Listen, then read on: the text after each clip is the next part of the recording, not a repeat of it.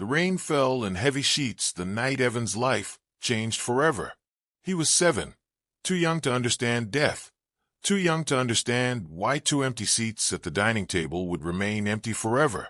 The accident took his parents in a heartbeat, and in the space of a single night, Evan went from running into warm arms to standing alone on a cold street, soaked, shivering, and terrified. They took him to an orphanage the next morning. It wasn't the kind of place children dream about. It was overcrowded, loud, and full of children who cried in their sleep. The ceilings were cracked, the beds creaked, and the smell of rust and damp clothes never disappeared.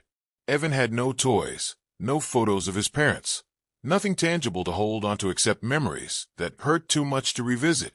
He often sat by the small window beside his bed, knees pulled to his chest, watching families walk past the orphanage, mothers holding their children's hands, fathers carrying their kids on their shoulders. Evan watched them quietly, wishing, just wishing, that someone would choose him too. But nobody did. Still, inside him lived a fire that hardship couldn't extinguish. One day, while running errands with the other children, Evan saw a school with tall blue roofs. Laughter echoed from the playground. Children in neat uniforms held books, backpacks bouncing behind them. He stood by the gate, his hands wrapped around the cold metal bars, wishing he could be one of them. Every day afterward, Evan stopped there. Every day he watched. Every day he dreamed. One morning, the principal noticed a small boy standing outside again. "Why do you keep coming here, son?" he asked gently. Evan swallowed, his voice trembling. I just want to learn, sir. Even if I sit outside. I don't have money. I don't have a uniform. But I want to learn." There was a pause, one that felt like eternity. Then the principal nodded slowly. "You can sit at the back of the class. No fees. But you must promise me something. Don't stop coming." Evan nodded so quickly his tears fell. That was the turning point.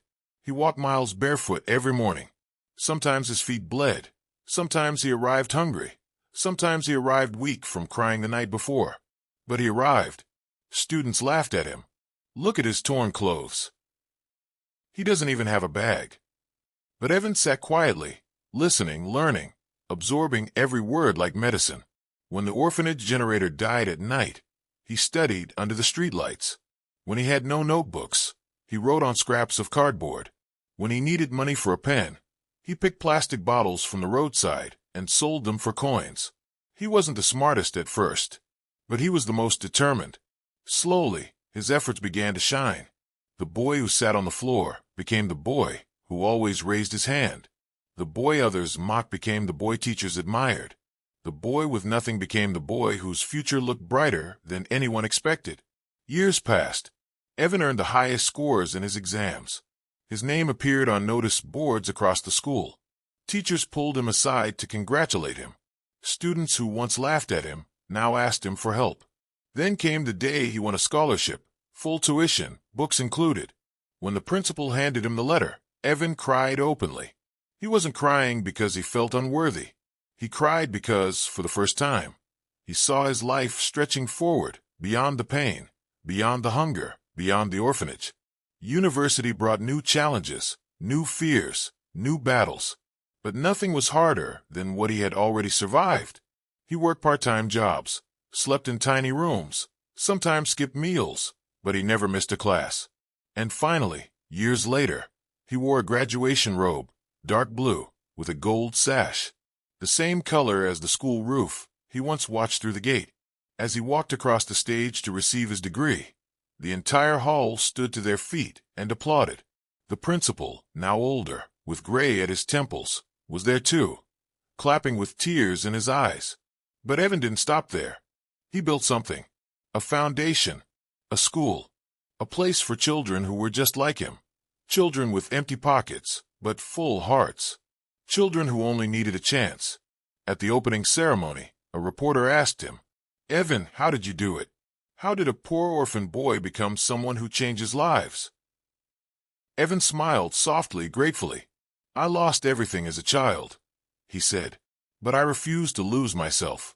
I had no parents, no money, no stability, but I had a dream, and I held it with both hands, even when my hands were shaking." Then he looked at the crowd. Hundreds of children in new uniforms. Children who finally had hope. If you don't give up, the universe has no choice but to open doors for you. Evan's journey reminds us of a truth many people forget. Your beginnings do not define your becoming.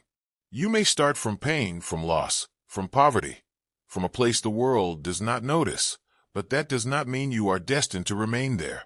Every step you take, no matter how fragile, no matter how slow, is a step away from who you were and a step closer to who you can become.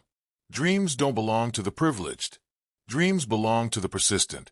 Dreams belong to the ones who refuse to quit, even when it hurts, even when nobody believes, even when the whole world tells them they can't. Remember this. Life will test you, but it will never deny you if you keep rising. Your story is still being written, and you hold the pen. Don't drop it. Don't give up. Your breakthrough might be one more brave step away. If Evan's story touched your heart, don't leave without joining our growing family here on The Blessed Mindset.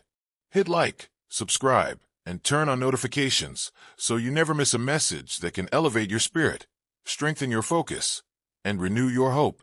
Stay blessed, stay motivated, and keep building a powerful, blessed mindset, one day at a time.